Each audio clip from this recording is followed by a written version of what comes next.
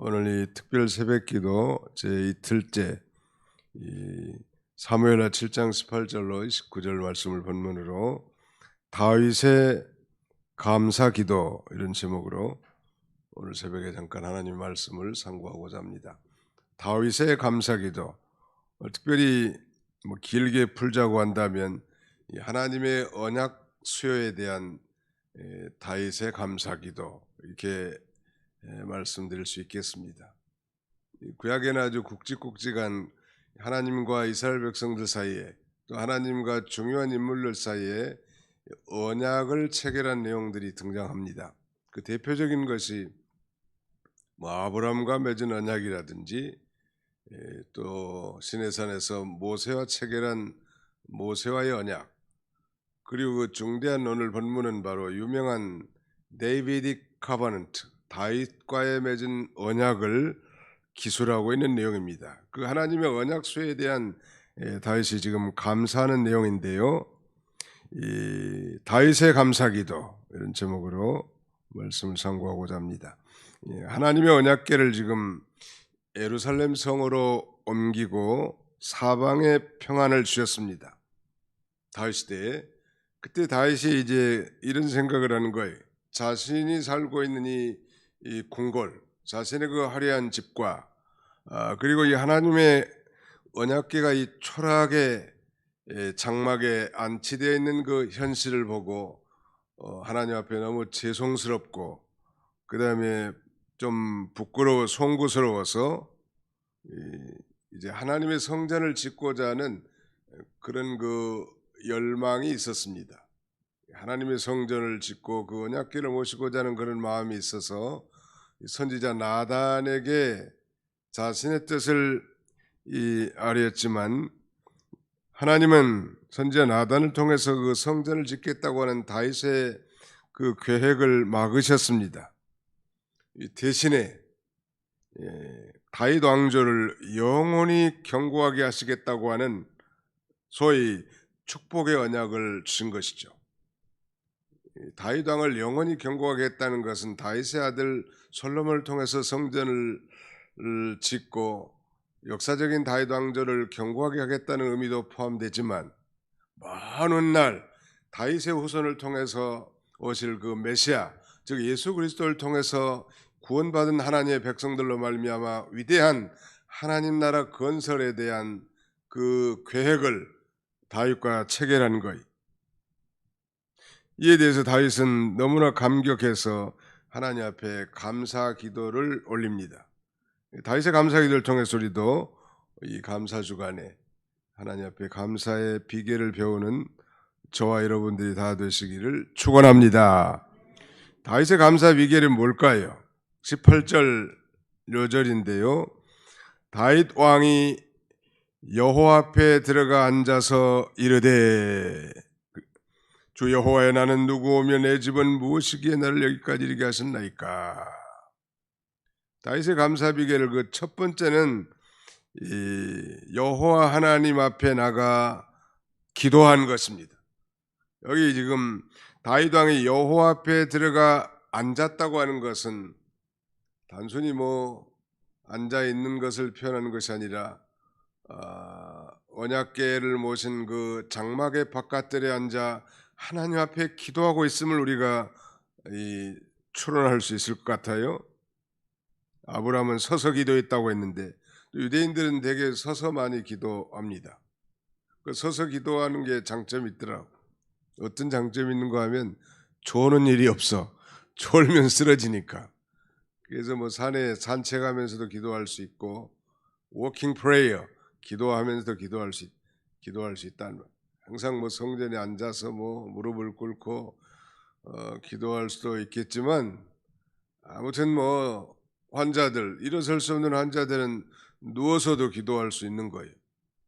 아무튼 우리의 모든 삶의 장소에 상관없이 하나님 앞에 그 중심으로 기도하는 것은 아주 중요하다고 할 수 있겠습니다. 여호와 앞에 들어갔다고 했는데 이것은 바로 여호와의 언약궤를 모신 곳에 들어가서 거기 앉아서 하나님 앞에 기도하는 것을 가리킵니다. 중요한 것은 바로 감사라고 하는 것은 하나님 앞에 나가 기도할 때 이 감사가 회복되는 것입니다. 기도하는 자에게 감사가 머무는 거예요. 믿으시면 아멘 합시다. 우리가 원망불평하기는 쉬워도 감사하기는 힘든데요. 우리가 이 기도할 때는 환난 중에도 우리가 감사할 수 있죠. 그래서 바울은 골로새서에 보낸 편지에서 기도에 항상 힘쓰고 기도에 감사함으로 깨어 있으라. 기도에 항상 힘쓰되 아무튼 기도에 감사함으로 깨어 있으라고 그렇게 권면하고, 또 빌립보 교인들 향해서도 바울은 아무것도 염려하지 말고 오직 너희 구할 것을 기도와 간구로 감사함으로 하나님께 아뢰라. 그리하면 모든 지각에 뛰어난 하나님의 평강이 그리스도 예수 안에서 너희 마음과 생각을 지키시리라 라고 말씀하지 않았습니까?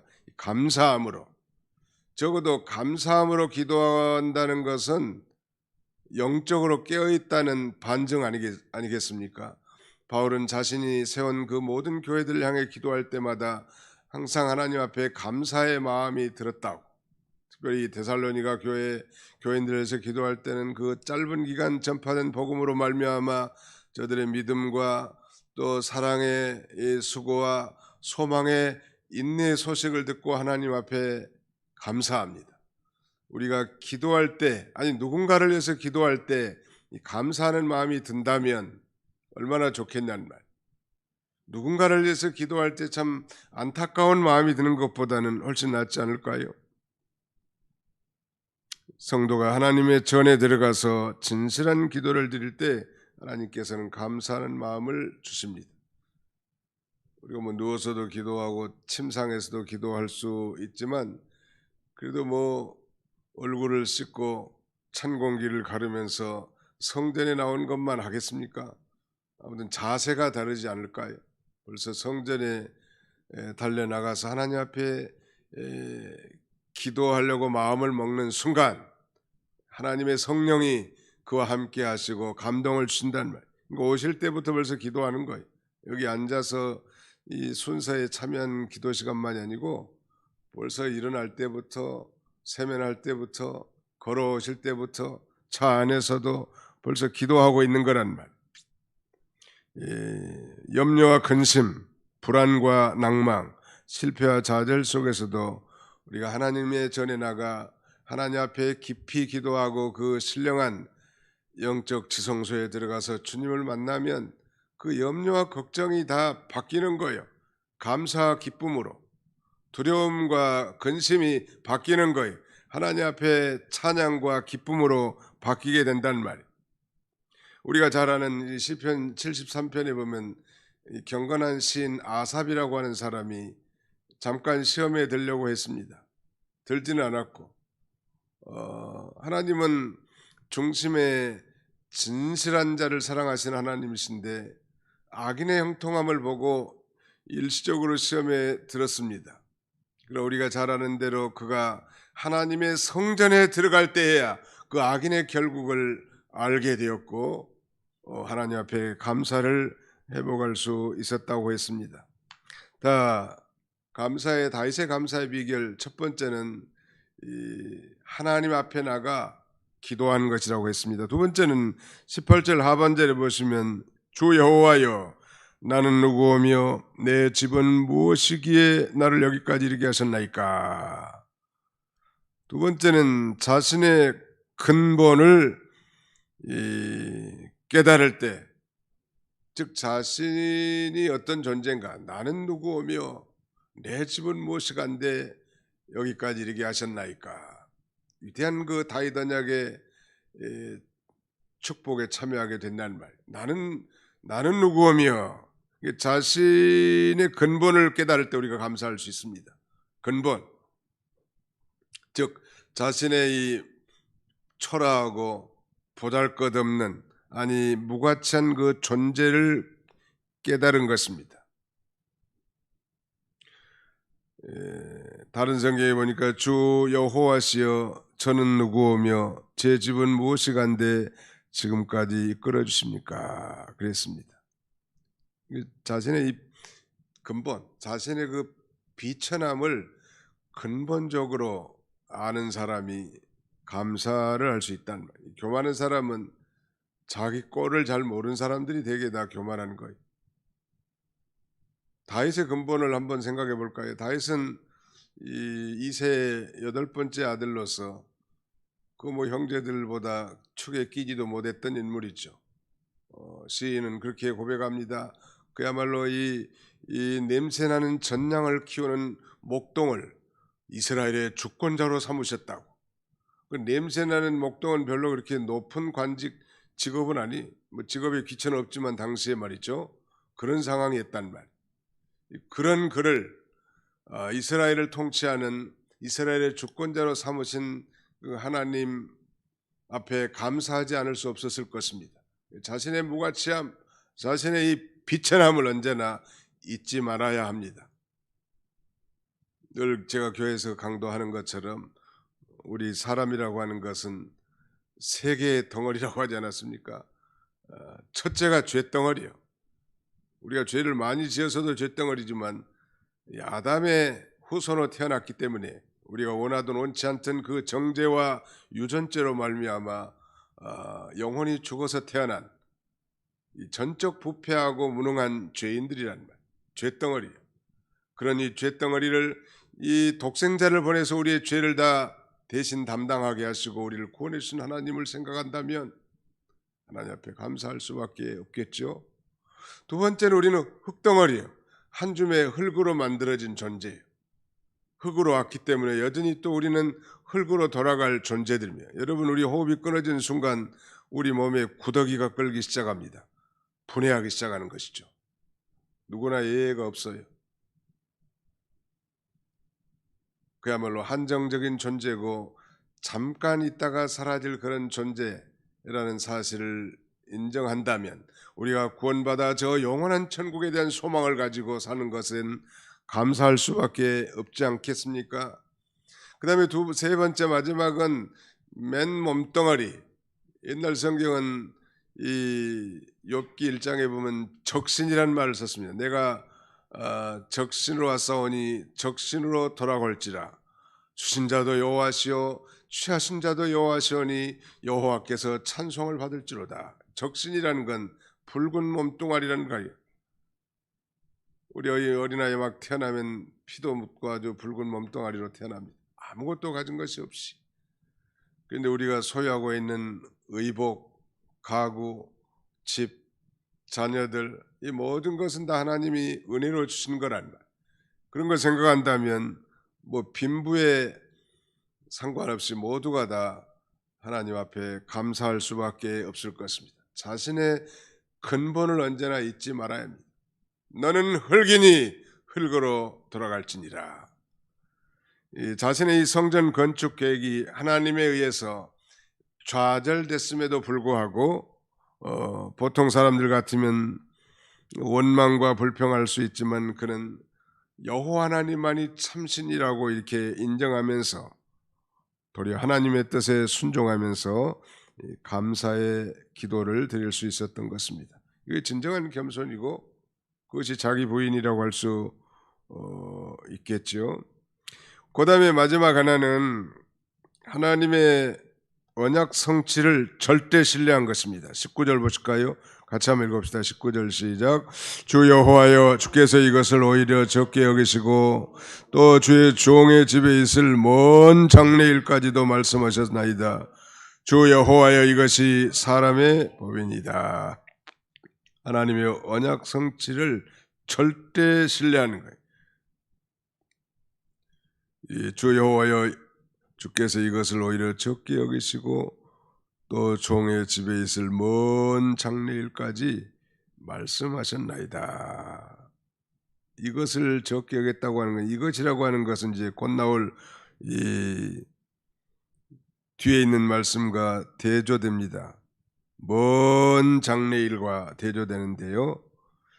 다윗과 그 가정이 현재 누리고 있는 복을 말씀했는데 다윗은 여기서 하나님이 그에게 베푸신 현재의 복도 감당하기 어려운 일인데 먼 훗날 이제 메시아를 보내주시고 그 메시아 즉 이 전도와 선교를 통해서 선포되는 소위 저 복음을 통하여 하나님의 나라가 건설될 것이 바로 이 자신과 자신의 혈통을 통해서 이루어질 것을 말씀했단 말.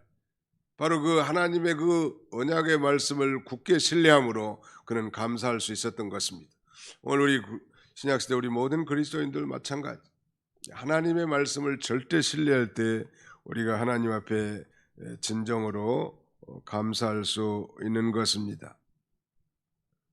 이 반면에 하나님의 언약의 말씀을 믿지 못할 때는 불평과 불만이 나오는 것. 가이사 이스라엘 백성들이 광야 노정 가운데 말하자면은 이제 가나안 땅을 정탐하기 위해서 10명의 정탐꾼을 보내지 않습니까? 근데 돌아와서 보고를 들어보니까 10명은 부정적인 보고를 말하고 그 다음에 2명 여호수아와 갈렙만 긍정적 보고를 한다는, 똑같은 환경과 상황을 바라보고 어떻게 이렇게 판이한 보고를 할 수 있었을까요? 그것은 바로 믿음의 유무예요. 어떤 믿음일까요? 그 2명 여호수아와 갈렙은 하나님의 언약의 말씀을 굳게 믿은 거예요. 비록 이 적군이 강하고 네피림의 후손들이라 할지라도, 아니 자신들은 메뚜기처럼 보였다 할지라도 하나님은 분명히 가나안 땅을 주겠다고 하는 그 약속의 말씀을 굳게 믿은 자들과 환경과 형편만 바라보고 두려워한 자들과의 보고는 판이하게 달랐단 말. 이와 같이 바로 하나님의 언약의 말씀을 믿을 때 오늘 21세기를 사는 우리 그리스도인들도 하나님 앞에 진정으로 감사할 수 있는 것입니다. 시간이 다 돼서 이제 말씀을 맺고자 합니다. 다윗의 감사기도. 자, 어떻게 감사할 수 있었습니까? 자신의 계획이 좌절됐음에도 불구하고 그 언약궤가 안치된 하나님의 전 성막에 들어가 하나님 앞에 기도함으로 감사를 회복할 수 있었고, 기도하는 가운데 자신의 근본이 어떤 존재인지 그것을 생각해 보니까 그저 감사가 나올 수밖에 없었습니다. 지금 받은 복도 엄청난데 장래일까지 말해주신 하나님의 언약의 말씀을 굳게 신뢰함으로 그는 정령 하나님 앞에 감사를 할 수 있었던 것입니다. 우리 감사주가 이런 이 감사의 인생을 살고 회복하는 저와 여러분들이 다 되시기를 주님의 이름으로 축원합니다. 거룩하신 우리 아버지 하나님께서 오늘도 새벽 공기를 가르고 주의 전에 나온 사랑하는 성도들을 축복해 주시고 저들의 심령 속에 생각하는 모든 간구와 소원을 다 주님이 아시고 계시겠사오니 하나님이 이 기도 시간에 자신의 정체가 어떤 존재인가를 깊이 깨닫고 지금까지 베풀으신 하나님 아버지의 그 놀라운 사랑과 은혜를 기억하며 감사할 수 있는 저희가 되게 해주시기를 원합니다. 교만한 자는 기도하지 않고 그러므로 기도하지 않으므로 감사가 없겠사오나 겸손히 주의 전에 엎드려 하나님 앞에 기도하는 모든 심령들마다 받은 은혜를 깊이 깨닫고 하나님 앞에 풍성한 감사의 인생을 살아갈 수 있도록 우리 하나님 아버지 은혜 베풀어 주시기를 간절히 바라옵고 원합니다. 자비로우신 아버지 하나님, 이번 주간은 특별히 수능 시험도 있고 또 아버지 이제 성찬에 참여하고 이 거룩한 이 신앙을 회복하고자 하는 열정을 가진 모든 성도들을 하나님이 불쌍히 여겨주시고 여러 가지 소원과 간구를 주님 앞에 아뢰고 주의 거룩한 뜻을 준행하고자 결단하는 모든 심령들마다 하나님이 은혜와 축복으로 가득 차도록 하나님이 함께해 주시기를 간절히 바라옵고 원합니다. 한 주간 동안 특별 새벽 기도를 정하신 것은 우리로 하여금 이제 모든 잃어버렸던 감사를 회복하고 은혜를 회복하고 기도 생활, 전도 생활, 봉사 생활을 회복하고 정말 예배 생활을 회복하도록 기회를 준 줄 믿사오니 이 기회를 놓치지 아니하고 참으로 주님을 만나 주의 음성을 듣고 주님과 친히 동행하며 첫사랑, 첫 믿음을 회복할 수 있는 복된 시간 되게 하여 주옵소서. 예수님의 이름으로 기도하옵나이다. 아멘.